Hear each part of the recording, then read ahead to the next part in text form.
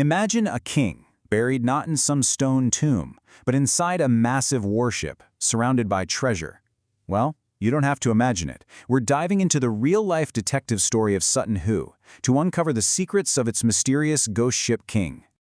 It's a great question, right?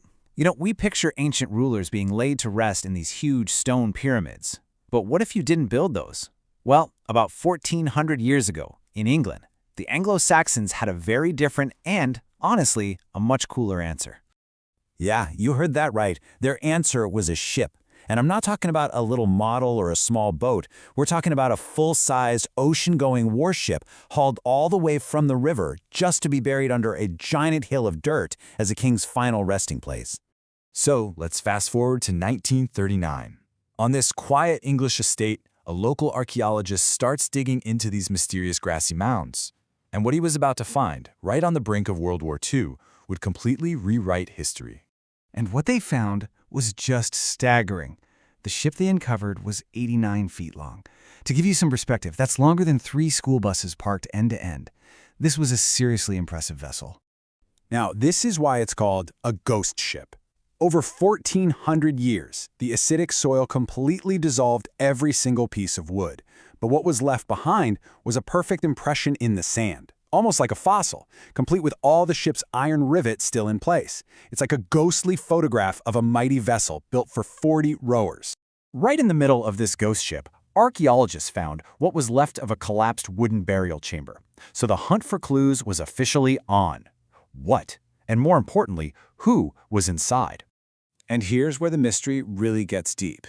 Just like the ship's wood, the king's body was completely gone, vanished, dissolved by that same acidic soil.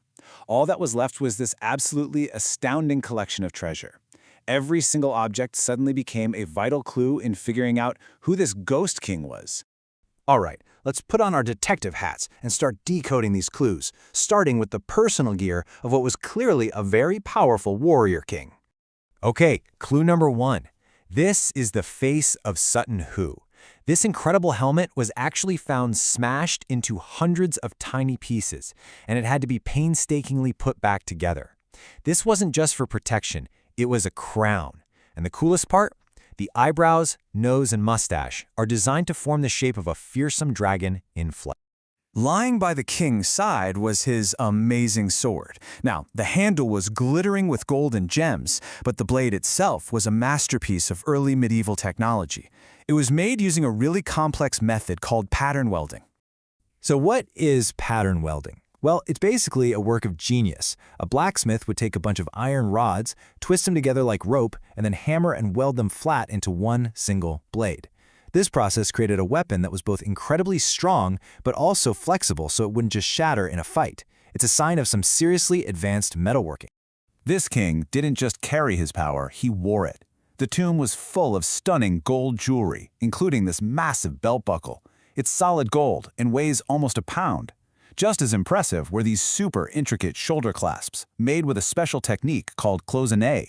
Think of cloisonné as making a tiny, precious mosaic.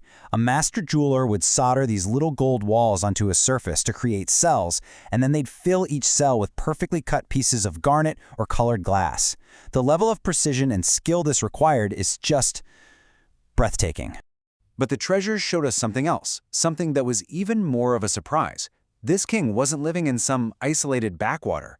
His tomb was a window into a world of incredible global connections.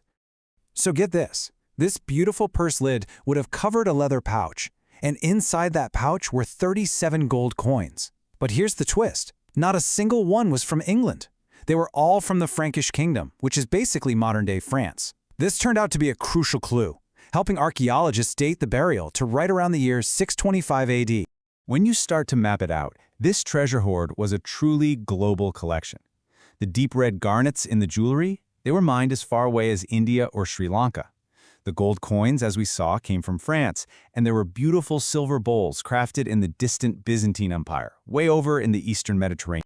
I mean, even the king's party supplies were international. The tomb had these huge drinking horns for royal feasts, and, amazingly, a massive silver plate that came from the court of the Byzantine emperor himself.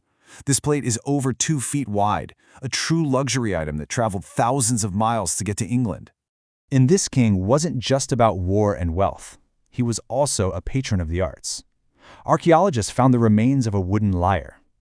A court poet, or scop, would have played this instrument while reciting epic poems about heroes and monsters, kind of like the famous story of Beowulf. This was a court that really valued art and storytelling. Okay, so we've examined all the clues. What's the final verdict? Well, the Sutton Hoo discovery didn't just help us identify one king, it forced us to rethink an entire period of history. So when you put all the evidence together, the incredible wealth, the global connections, the date from those Frankish coins, most historians now agree this was the tomb of Radwald, a very powerful king of a kingdom called East Anglia, who died right around the year 625. And this is why Sutton Hoo is just so important. For a long time, this era was dismissed as the Dark Ages, this primitive and isolated time after the Romans left Britain. Sutton Hoo proved that was totally a myth. The reality was a world of master craftsmen, unbelievable wealth, and trade routes that stretched all across the known world. The ultimate takeaway here is crystal clear. The idea of a dark, backward, isolated England during this time is just wrong. Sutton Hoo shines a massive spotlight on this forgotten age, showing us how vibrant, sophisticated, and globally connected it really was. It really makes you wonder, doesn't it? For over 1,000 years, this incredible time capsule of a lost world was just lying there, hidden under a simple grassy hill. What other amazing secrets are still out there, buried right beneath our feet, just waiting to be found?